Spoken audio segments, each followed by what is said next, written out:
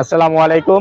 আমরা এখন আছি 300 বছরের পুরানো ঐতিহ্যবাহী গুড়ের হাটে। আর এই ঐতিহ্যবাহী গুড়ের হাট অবস্থিত চুয়াডাঙ্গা জেলার সদর উপজেলার সরোজগঞ্জ বাজারে। সরোজগঞ্জ বাজার প্রাথমিক বিদ্যালয়ের মাঠেই কিন্তু সুবিশাল একটা মাঠ, আর এই মাঠেই কিন্তু এই গুড়ের হাট অবস্থিত। তো চলুন এই গুড়ের হাটের ইতিহাস ঐতিহ্য তুলে ধরি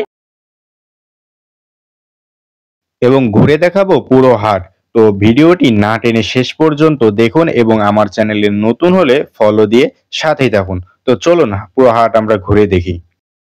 বাংলাদেশের সর্ববৃহৎ গুড়ের হাট অবস্থিত চুয়াডাঙ্গা জেলাতে, যা 300 বছরের পুরানো গুড়ের হাট। চুয়াডাঙ্গা শহর থেকে 12 কিলোমিটার দূরে অবস্থিত এই হাট।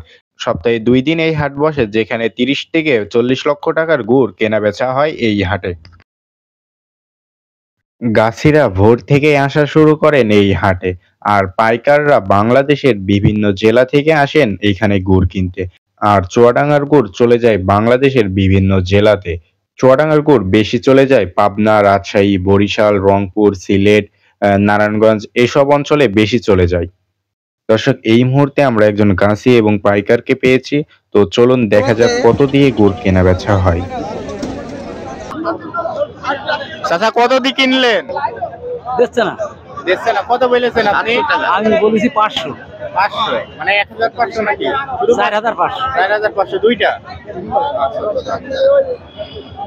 দর্শক, 4500 টাকা বলেছে, কিন্তু চাচা এখনো দেয়নি। তো দেখা যাক কতই বিক্রি হয়। তো আমরা থাকবো শেষ পর্যন্ত। বড় সাইজের ভাঁড়গুলা বিক্রি হয় 2400 থেকে 2600 টাকা এবং ছোট সাইজের ভাঁড়গুলা বিক্রি হয় 1400 থেকে 1800 টাকার মধ্যে। সাধারণত গুড় রাখার পাত্রকে আঞ্চলিক ভাষায় ভাঁড় বলা হয়।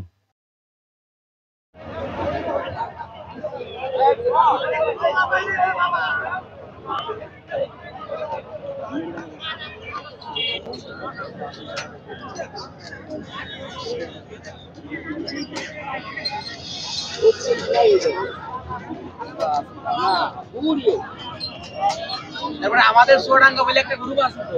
চাচা, কত দিয়ে কিনলেন? 5200 টাকা কিনলাম বাবা। কয়টা? দুইটা 5200 না? দর্শক, দুইটা ভাঁড় কিনছে 5200 টাকা দিয়ে।